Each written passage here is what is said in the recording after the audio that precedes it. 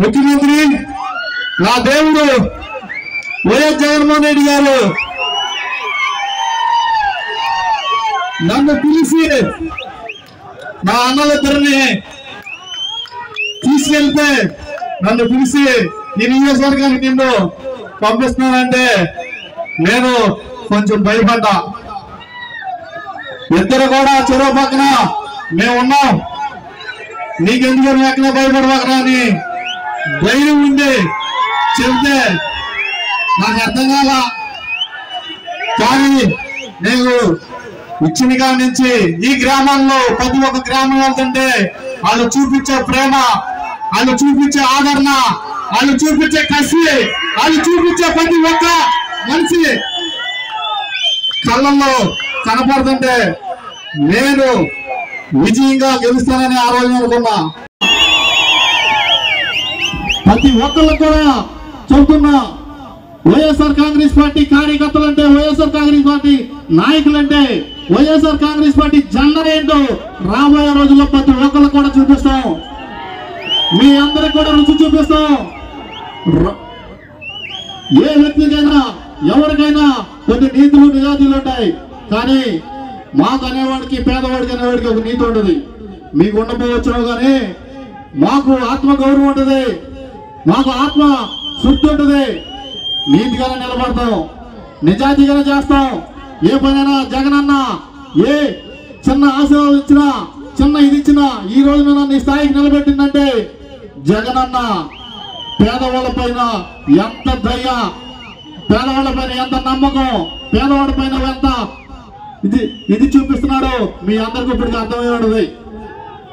ఏ ఎస్సీకి seat ఇవ్వాలన్నా మీరు భయపడతారు, ఏ బీసీకి సీట్ ఇవ్వాలన్నా మీరు భయపడతారు, ఏ మైనార్టీకి సీట్ ఇవ్వాలన్నా మీరు భయపడతారు.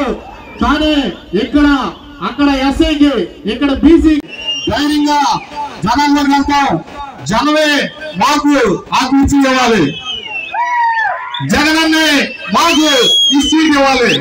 అంతేగాని డబ్బుకో దమ్ముకో ఒక బీసీ నాకు నిన్న కలిపిన ₹1,00,000 ఆస్తి లేదు, ₹1,00,000 ఆస్తి లేదు నాకు. నేనేంటో ఈ మైలవరం నియోజకవర్గం మొత్తానికి తెలుసు. నాకు ఈ ₹1,00,000 ఆస్తి లేకపోయినా ఒకళ్ళేమో 500 కోట్లకి వచ్చేది ఆ నియోజకవర్గానికి చెప్పాడంట. ఏముందని బాబు నా దగ్గర మీరు 500 కోట్లు ఖర్చు పెడతానికి? నా ముందు నా వైఎస్ఆర్ కాంగ్రెస్ పార్టీ కార్యకర్తలు, నాయకులు, నా అభిమానులు, వైఎస్ఆర్ సైన్యం తప్ప ఏమి నా దగ్గర. అదే బాబు నాకు ఉండడానికి ఇల్లు లేదు నాయన.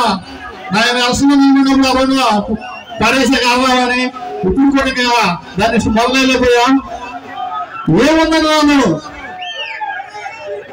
ఏ రోజున ఎన్నో రకాల కబుర్లు చెప్తూ ఉన్నారు. రేపు రాబోయే రోజుల్లో మనందరం కూడా చెప్తారు. ఎక్కడ ఎవరికి మనం భయపడవసల్లా, ఎవరికి బెదిరించవసల్లా, ఏ వ్యక్తి కూడా జంకవసల్లా, దమ్ముగా వెళ్దాం, ధైర్యంగా ఓడరుదాం, నిజాయితీగా గెలుద్దాం. వాళ్ళు 3 రావని, 4 రావని, 5 రావని, 6 రావని, ఎంతమంది అయినా కలిసి రాని ఈ వేదిక నుంచి మా జగనన్న ఇచ్చిన నా అన్నతో ఆ ధైర్యంగా చెబుతున్నా, దమ్ముంటే ఎవరైనా రావచ్చు. మీకు ఎంతమందికి సవాళ్ళు చెప్తున్నాం, రకరకాల ఆలోచనలు చెప్తున్నారు. ఇతను క్యాండిడేటే కాదని ఒకడంటారు, ఇతను అభ్యర్థి కాదని ఒకడంటారు. వంకలేనమాట డొంకలు ఎత్తుకున్నాడు అట్లాంటి వాళ్ళకి.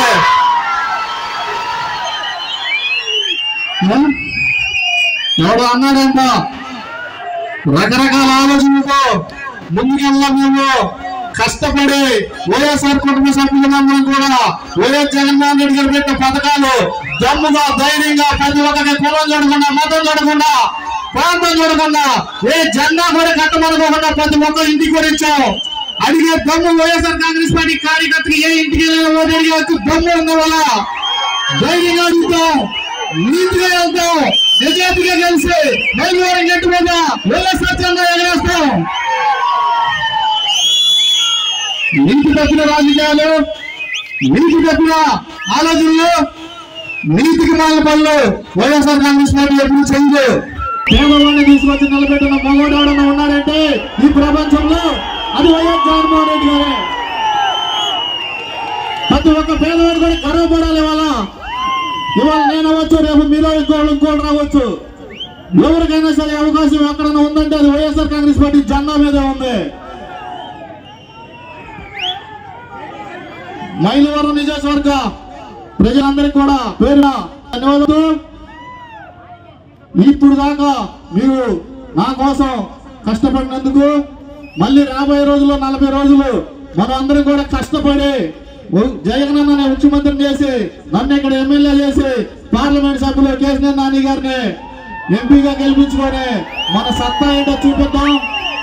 ప్రతి ఒక్కరు కూడా రుచి ఏంటో వైఎస్ఆర్ కాంగ్రెస్ పార్టీ జగన్ అన్న దమ్మేంటో మళ్ళీ తిరిగి చూపిద్దామంటూ జై జగన్, జై జగన్, జోహార్ వైఎస్ఆర్, జోహార్ వైఎస్ఆర్. ఈ మైలవరం నియోజకవర్గంలో ఈ పోయిందా కూడా నా కోసం ఎదురు చూస్తున్న నా కుటుంబ సభ్యులందరికీ కూడా పేరు పేరు నా ధన్యవాదాలు చెప్తున్నా.